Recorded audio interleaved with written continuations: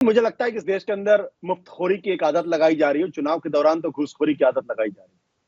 ये इस तरीके की योजनाएं हिंदुस्तान के अंदर फौरन बंद होनी चाहिए, क्योंकि मुफ्त में बिजली देना, मुफ्त में तमाम चीजें देना, ये बिल्कुल ठीक बात नहीं है। लगातार इस वक्त भारत की जो आर्थिक स्थिति है, वो लगातार उसकी स्थिति खराब होती जा रही है। अभी हाल के जो डेटा है जीडीपी के 5.4% है, जबकि खुद सरकार का अपना आकलन था और खुद तमाम जो इंटरनेशनल एजेंसी थी उनका कहना था कि यह 6.5 या 7 के आसपास होगी।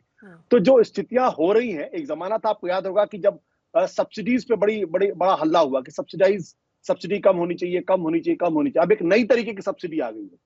ये देश के प्रधानमंत्री को भी इस बात को समझना चाहिए और दिल्ली के मुख्यमंत्री को भी इस बात को समझना चाहिए कि जब आप मुफ्त की रेवड़ियां अगर आप बांटते हैं, इसका मतलब यह है कि आप आदमी के पुरुषार्थ को खत्म कर रहे हैं। आप उसकी मेहनत करने की ताकत को खत्म कर रहे हैं। आप उसको घर बैठे भीख मांगने की आदत दरअसल लगा रहे हैं। तो ये जो आदत है, ये ठीक है। दिल्ली के अंदर जहां पर कैपिटा इनकम, अभी जैसा कि आम आदमी पार्टी की प्रवक्ता ने कहा कि करीब 2.25 लाख या 3 लाख के आसपास है।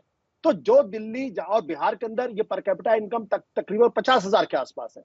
तो दिल्ली के लोगों को मुफ्त बिजली क्यों मिलनी चाहिए? ये तो एक तरीके से जो नेशनल रिसोर्सेज है उसका टोटल वेस्ट है। अगर क्योंकि ये बात मैं बिहार की तो समझ सकता हूं कि 50,000 पर कैपिटा इनकम लोग अफोर्ड नहीं कर सकते।